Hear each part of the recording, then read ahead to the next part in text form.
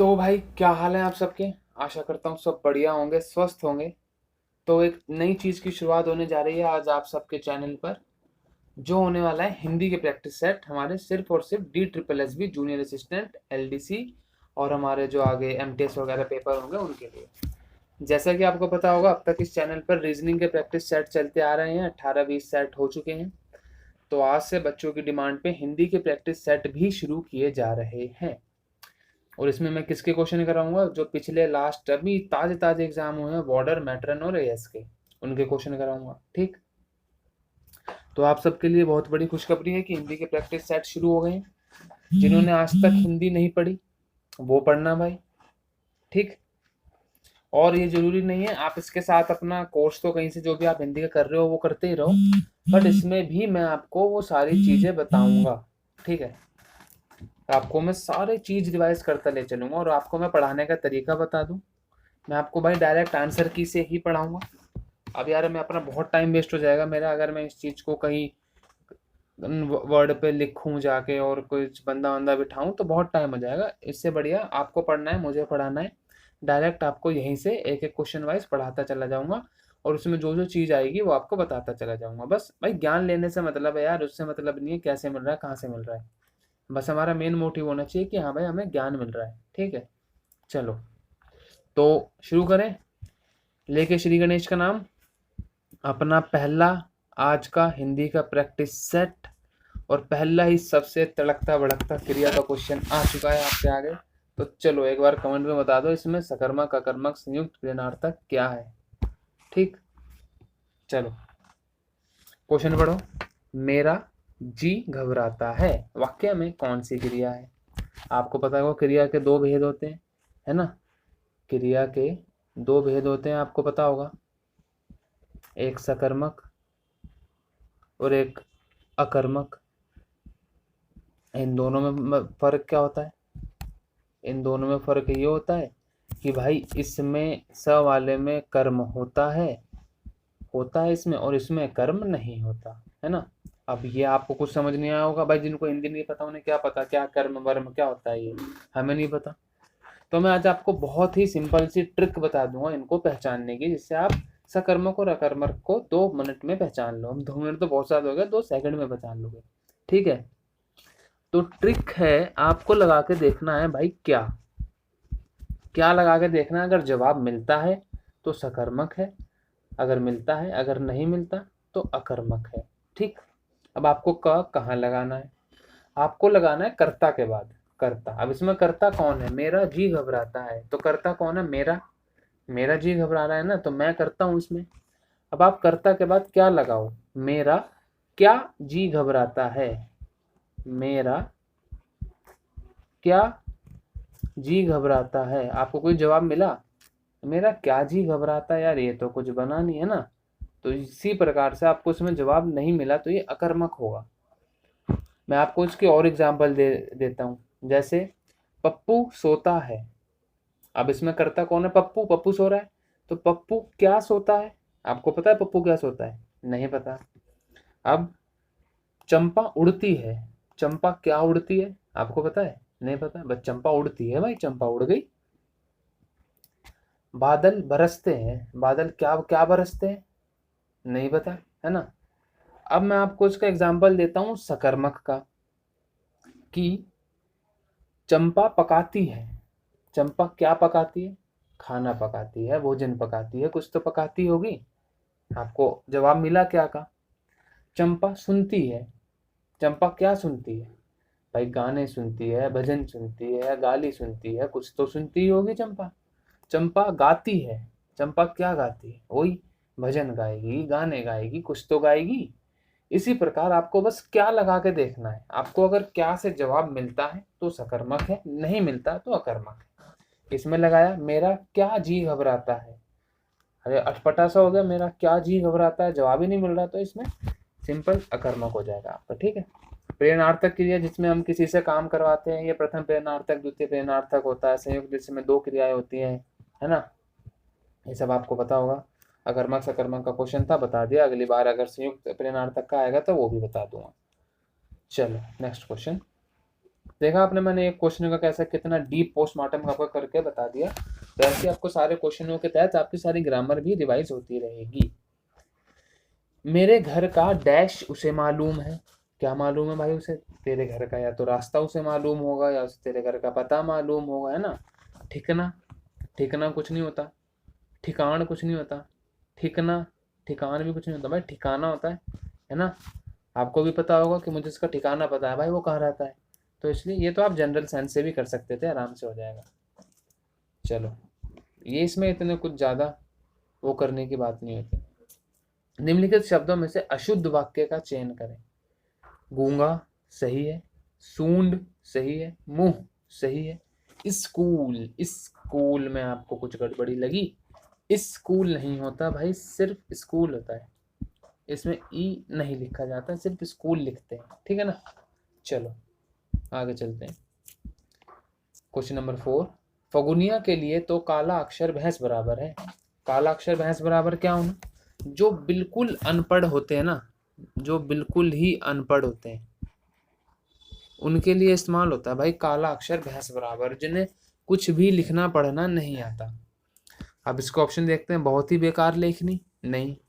काला अक्षर पढ़ने में कठिनाई, बिल्कुल भी बेतुका है। अल्पज्ञानी, नहीं। अक्षर ज्ञान से बिल्कुल शून्य है। जिसको अक्षर ज्ञान बिल्कुल भी ना हो ना, वो होता है काला अक्षर भैंस बराबर। मतलब आपने उसके सामने लिख दिया क, उसे पता ही नहीं है भाई ये क क्या होता है, उसके लिए तो भैंस भैंस बराबर है ना। इसलिए काला अक्षर भैंस बराबर, जिसे बिल्कुल भी ज्ञान ना हो पढ़ाई का। रूप की दृष्टि से क्रिया विशेषण के कितने भेद होते हैं? ये होते हैं क्वेश्चन जिसमें आपको पढ़ने की जरूरत होती है। तो भाई इसका आंसर होगा 3। और ये 3 कौन कौन से होते हैं? एक होता है मूल, एक होता है यौगिक, ठीक, और तीसरा होता है आपका स्थानीय। स्थानीय, ये आपके 3 होते हैं क्रिया विशेषण के रूप। मूल, यौगिक, स्थानीय। मूल क्रिया विशेषण वो होता है जो किसी से मिलके नहीं बनता। यौगिक क्रिया विशेषण जो किसी दो या प्रत्यय या उपसर्ग वगैरह लग के जो बनते हैं, है ना। इतना डीप में नहीं आएगा, बस आपको यही याद रखना है कि क्रिया विशेषण के कितने भेद होते हैं रूप की दृष्टि से, वो होते हैं 3। चलो, जो बहुत जानता हो, जो बहुत जानता हो, बहुज्ञ होगा, बिल्कुल होगा। अब इसके बाकी मैं 3 ऑप्शन आपको बता देता हूँ। अल्पज्ञ, जो कम जानता हो, मतलब किसी को पता तो है पर थोड़ा कम पता है। कृतज्ञ, कृतज्ञ मतलब किसी का धन्यवाद होना, मैं आपका कृतज्ञ हूँ, आपने मेरा ये काम कर दिया, है ना। और इसका विलोम होता है कृतघ्न, जो किसी का कृतज्ञ ना माने। आपने किसी का काम कर दिया और वो कह रहा चलना है तो होना ही था, तूने क्या कर दिया इसमें, तो वो कृतघ्न होते हैं, जो किसी का उपकार नहीं मानते। कृतज्ञ जो उपकार मान लेते हैं, हाँ कि भाई तूने मेरा काम किया, मैं तेरा कृतज्ञ हूँ, कभी आगे जरूरत पड़ेगी तो मैं तेरे भी काम आऊंगा। तेजस्वी वो होते हैं जिनमें तेज होता है ना, जैसे आपका पुत्र होगा कोई, वो तेजस्वी पुत्र होगा, है ना। जिसमें तेज हो वो तेजस्वी। चलो, मेरा घर में शादी होने वाला है।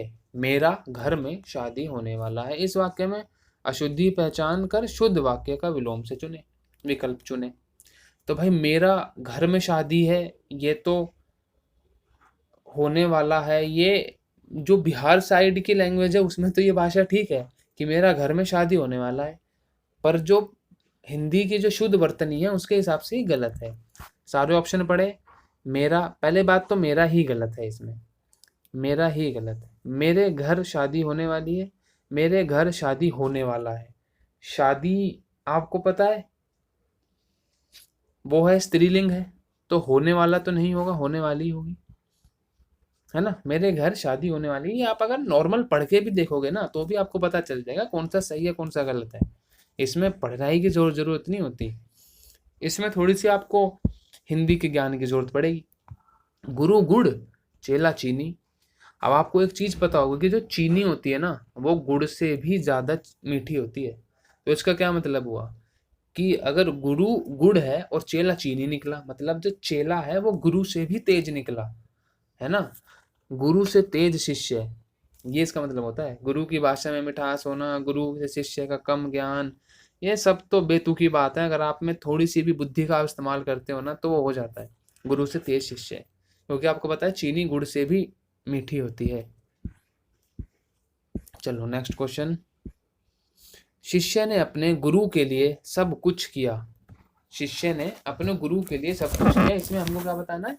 कारक बताने हैं आपको। कारक आपको पता है 8 होते हैं, है ना?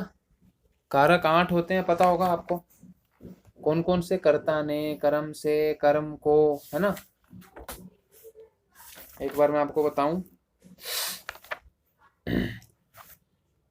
चलो थोड़ा सा। कर्ता ने आपको पता होगा, पहला कर्ता ने कर्म को करण से, एक बार लिख देता हूँ, पहला क्वेश्चन है कर्म को करण से, है ना? करण से संप्रदान के लिए, संप्रदान के लिए, संप्रदान के लिए होता है। फिर आपका आता है अपादान से। अब आप देखोगे करण से भी से है और अपादान से भी से है। अब इन दोनों में फर्क क्या होता है? अपादान से, इसमें जो से होता है ना, वो होता है के द्वारा, के द्वारा, इसका मतलब होता है से का।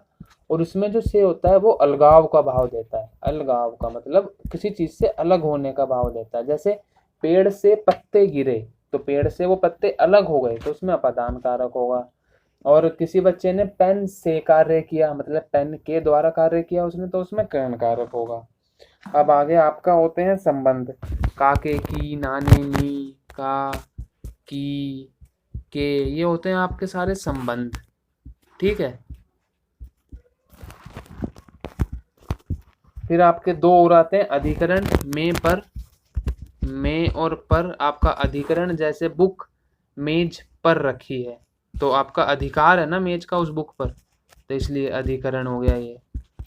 अब और एक आपका लास्ट होता है संबोधन। हे, अरे, ओ, हे, अरे, है ना? ये संबोधन में होते हैं आपके। यहाँ हो गए आपके 8। तो संबोधन है, अरे राम इधर आओ, तो आप राम से संबोधन कर रहे हो कि राम इधर आओ, तो इसमें आपका के लिए क्या होगा? के लिए संप्रदान। ये देखो, ठीक। तो ये तो भाई याद कर लो, ऐसी कर्ता ने कर्म को कर्ण से, संप्रदान के लिए अपदान से, और आपका क्या क्या की संबंध में, पर अधिकरण हे हो, अरे राम ये ऐसे इसको याद कर लो, बहुत आसानी से याद हो जाएंगे। चलो कहीं आपको नोट्स बनाने तो नोट्स ही बना सकते हो। ईंट किस ऊंट, मतलब ऊंट किस करवट बैठता है, ये आपको इससे स्पष्ट हो रहा होगा। ऊंट किस करवट बैठता है, मतलब आगे जो परिणाम होंगे वो अभी वो भी निश्चित नहीं हुए कि आगे क्या परिणाम होगा। जैसे अभी हमारा बॉर्डर का रिजल्ट आना है, तो किस बच्चे के कितने नंबर आएंगे, क्या वो पास होगा क्या नहीं होगा, तो अभी ऊंट किसी करवट भी नहीं बैठा है। वो रिजल्ट आने के बाद ही पता चलेगा कि परिणाम अभी निश्चित नहीं है। ठीक। तो परिणाम का अनिश्चित होना ही ऊंट किस करवट बैठने का मुहावरे का अर्थ होता है। बाकी तो तीनों बेतुके ही सही ऑप्शन है यार। रहीम की कोठरी बहुत बड़ी है, इसमें क्या बताना है? कारक बताना है। अभी मैंने आपको ऊपर 8 कारक बता के आया हूं मैं। कौन कौन से? कर्ता ने कर्म को कर्ण से, संप्रदान के लिए, अपादान से, संबंध काके की, अधिकरण में, पर, संबोधन हे हो, हरे। तो इसमें क्या है? रहीम की। तो संबंध में क्या था? काके की, रा रे री ना ने नी, है ना? संबंध बता रहा है वो। रहीम की कोठरी, किसकी कोठरी? रहीम की। रहीम के चावल, रहीम के बकरे, कुछ भी बोल लो, तो संबंध बता रहा है रहीम के साथ उसका, तो वो काके की हो जाएगा। ठीक। संप्रदान मैंने आपको बता दिया के लिए, अधिकरण में, पर, संबोधन हे, अरे, ओ, ये सब संबोधन होते हैं। ठीक है। तीनों ऑप्शन बता दिए मैंने आपको, आंसर बता दिया। हथियार डाल देना मतलब यार हार मान लेना। आपने युद्ध में गए, आपने किसी दूसरे राजा के सामने अपने हथियार डाल दिए, मतलब आपने सरेंडर कर दिया। आपने मूवीज में भी देखा होगा, जब कोई सरेंडर करता है तो अपनी बंदूक नीचे गिरा देता है ना, तो वो अपने हथियार गिरा देता है कि भाई मैंने हार मान ली है, मेरे बस की नहीं। और उसके ऑप्शन क्या है? जानबूझकर हानिकारक कार्य करना, बिल्कुल गलत, बढ़ावा देना, मेहनत करना है, तो बेतुके से ऑप्शन देते हैं बिल्कुल। किसी को भी आप आम आदमी को भी बिठाओगे ना, वो भी कर देगा इसको। जिसके 2 पैर हों, जिसके 2 पैर हों। अब पहले मैं आपको चार ऑप्शन बता देता हूँ। चतुर्भुज, भुज मतलब हाथ, चतुर्भुज मतलब जिसके चार भुजाओं वाला जो होता है, जैसे हमारे देवोकीश नारायण हो गए, ऐसे जो चार भुजाओं वाले होते हैं। दशानन मतलब 10 हो आनन जिसके, आनन आपको पता होना चाहिए, ये पर्यायवाची नहीं बह सकता। आनन मुंह होते हैं, 10 हो मुंह जिसके, रावण रावण रावण हूं मैं, है ना। रावण यार महान आदमी था, बस एक ही गलती कर दी उसने, पर नारी पे थोड़ी सी आंख मार दी, नहीं तो था बढ़िया बंदा। निर्दयी जिसे दया ना आती हो। और द्विपद, द्वि मतलब दो, पद मतलब हाथ, है ना। तो हो गया ना आपके द्विपद, दो हाथ वाला जिसके दो पैर हो। सॉरी यार, क्या कह रहा हूं मैं भी, हाथ तो वो होता है भुज, द्विपद दो पद जिसके दो पैर हो, है ना। मैं भी यार क्या लिख देता हूँ, जिसके दो पैर हो, पद मीन्स पैर होते हैं ना। चलो, निम्नलिखित में से कान देना मुहावरे का सही अर्थ क्या है। आप इसको वैसे भी समझ के देखो, आप किसी को अपना कान दे रहे हो, और कान से आप क्या करते हो, जाहिर सी बात है सुनते होगे ना किसी की बात। आप किसी की बात कान से सुनते हो, तो अगर आप किसी को कान दे रहे हो तो आप उसकी बात ध्यान से सुनोगे आप, क्योंकि आपने अपना कान उसे दे दिया। अब वो जो भी बोलेगा सीधा आपके कान में जाएगी वो बात, है ना। तो आप ध्यान से सुनोगे, आप उसकी बात पे ध्यान दोगे, इसलिए इसका मुहावरे का अर्थ होता है ध्यान देना। चुंगली करना, डींग हाँकना, डरना, ये सब तो बेकार के ऑप्शन है। जिसके समान दूसरा ना हो, जिसके समान दूसरा ना हो। अद्वितीय, बिल्कुल महान जो महान हो। अलौकिक, जो इस लोक का ना हो, जैसे भगवान अलौकिक हैं, इस लोक के नहीं है। अद्वितीय, जिसके समान कोई दूसरा ना हो, जैसे रावण कहता था ना, अहम एको न भूतो न भविष्यति, तो वो अद्वितीय था। रावण के बहुत एग्जाम्पल आ रहे हैं। ऐसे हर आदमी अपने आप में अद्वितीय ही होता है, उसके समान दूसरा नहीं होता, क्योंकि सब में कुछ ना कुछ खूबियां होती हैं जो किसी और में नहीं होती। जिस सर्वनाम का प्रयोग विशेषण की तरह होता हो। सिंपल यार, आपको इसी में आंसर मिलेगा। जिस सर्वनाम का प्रयोग विशेषण की तरह होता हो वही सर्वनामिक विशेषण होगा।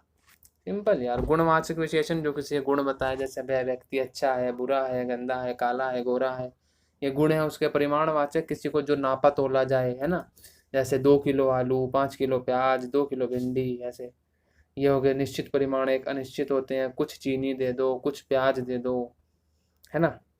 संबंधवाचक विशेषण कुछ नहीं होता। चलो, सर्वनामिक विशेषण के मैं आपको उदाहरण दूं, जैसे सर्वनाम मतलब क्या होता है, यह वह, यह मेरा। जैसे ये बैग है, यह मेरा बैग है, तो ये किसका बैग है, मेरा। तो इस ऐसे है ना। चलो, गाय का गर्म दूध डैश होता है। गाय का जो गर्म दूध है वो डैश होता है, क्या होता है, गुणकारी, गुणकारी, गुणकारी नहीं, गुणकारी। गुण आपको पता होगा भाई, गुण कैसे बोलते हो आप, गुण बहुत तेज बोल देते हो ना कि उसके गुण कैसे हैं। आप ये तो नहीं बोलते कि उसके गुण कैसे हैं। गुण बोलोगे तो बड़ी ऊ की मात्रा आएगी, छोटी ऊ में तो गुण ही आएगी, ठीक है। चलो, आंखों में खून उतर आना भाई, बिल्कुल। जब कोई बहुत ज्यादा गुस्से में होता है तो उसकी आंखें लाल हो जाती है ना, जब हम लोग बोलते हैं भाई इसकी आंखों में खून उतर आया, बहुत गुस्से में है आज ये, इससे बच के रहिए। तो अत्यंत क्रोध में आंख लाल करना, हार मान लेना, ये तो नहीं है। वो था हथियार डाल देना, हार मान लेना। आंख नम कर लेना नहीं है, कड़वे वचन सुनना भी नहीं है। अब देखो भाई, नीचे दिए गए गद्यांश। अब आप ये सोचो कि इतना बड़ा गद्यांश है, इसके नीचे 5 वो होंगे इसके क्वेश्चन, पर नहीं। इसने पूछा क्या है, गद्यांश में दिए गए अड, अड के स्थान पर पूर्ति करें। बस हमें इस स्थान की पूर्ति करनी है, बाकी से हमें ऊपर कुछ मतलब नहीं है। तो क्या अब हमें पूरा पढ़ना पड़ेगा, नहीं। हमें सिर्फ इसके पहले जो पूर्ण विराम आया होगा उससे शुरू करेंगे। किसी भी स्वास्थ्य एवं विकसित लोकतंत्र में समाचार पत्रों का डैश बड़ा ही उज्जवल तथा सुखद है। समाचार पत्रों का क्या, विकास, भविष्य, चयन, विचार। तो भाई उज्जवल और सुखद क्या होता है, भविष्य होता है ना। आपसे कोई बड़े बुजुर्ग आपको आशीर्वाद देते हो, क्या बोलते होंगे, तेरा भविष्य उज्जवल हो, भविष्य सुखद हो, भविष्य सुखी में बीते, है ना। तो जो सुखद और उज्जवल होते हैं वो भविष्य होते हैं, तो इसलिए इसमें भविष्य आएगा। नेक्स्ट, अंधा बनना। अंधा बनना मतलब जानबूझ कर अपनी आंखें किसी से बंद कर लेना। जैसे कहीं जब कोई क्राइम होता है, अगर आप खड़े होके उसे देख रहे हो, आप जानबूझकर, आपको पता है कि ये गलत हो रहा है और आप फिर भी खड़े होके देख रहे हो, आप जानबूझकर उस बात पे ध्यान नहीं दे रहे ना, तो आप वहाँ अंधे बन जाते हो। ठीक, जैसे महाभारत में वो धृतराष्ट्र तो अंधा था ही, उसकी बीवी ने भी आंखों पे पट्टी बांध के अंधी बन गई। जितने भी सभा में सारे बैठे थे, सब पितामह भीष्म जो भी सब लोग थे, सबको पता है द्रौपदी का चीरहरण हो रहा है, कुछ गलत हो रहा है, पर सब जानबूझ कर उस बात पर ध्यान नहीं दे रहे थे, सब अंधे बन के बैठे थे। इसलिए उनको उसकी सजा क्या मिली लास्ट में? मौत। तो भाई अगर किसी गलत का साथ दोगे तो सजा मिलेगी मौत। ठीक, अगर गलत हो रहा है तो बोलो, नहीं तो वहां से चले जाओ, अगर तुम्हें देखने की हिम्मत नहीं है तो। नेक्स्ट कुछ, चलो 20 क्वेश्चन हो गए, एक सेट में 20 क्वेश्चन बहुत हैं। ठीक, सही 20 मिनट में हमारे 20 क्वेश्चन हो गए। अगर किसी को कुछ समझ वगैरह ना आया हो, या पढ़ाने का तरीका कुछ अटपटा लगा हो, या कुछ समझ भी ना आया हो, कुछ भी या सजेशन हो, आप कुछ बताना भी चाहते हो, तो भी भाई आप बिल्कुल मेरे को कमेंट बॉक्स में बता सकते हो, या अच्छा लगा हो या बुरा लगा हो, जो भी आपको लगा हो वो आप कमेंट बॉक्स में बता सकते हो। ठीक है, चलो मिलते हैं फिर कल अपने नेक्स्ट प्रैक्टिस सेट में। तब तक के लिए पढ़ते रहो और स्वस्थ रहो। जय राम जी की भाई।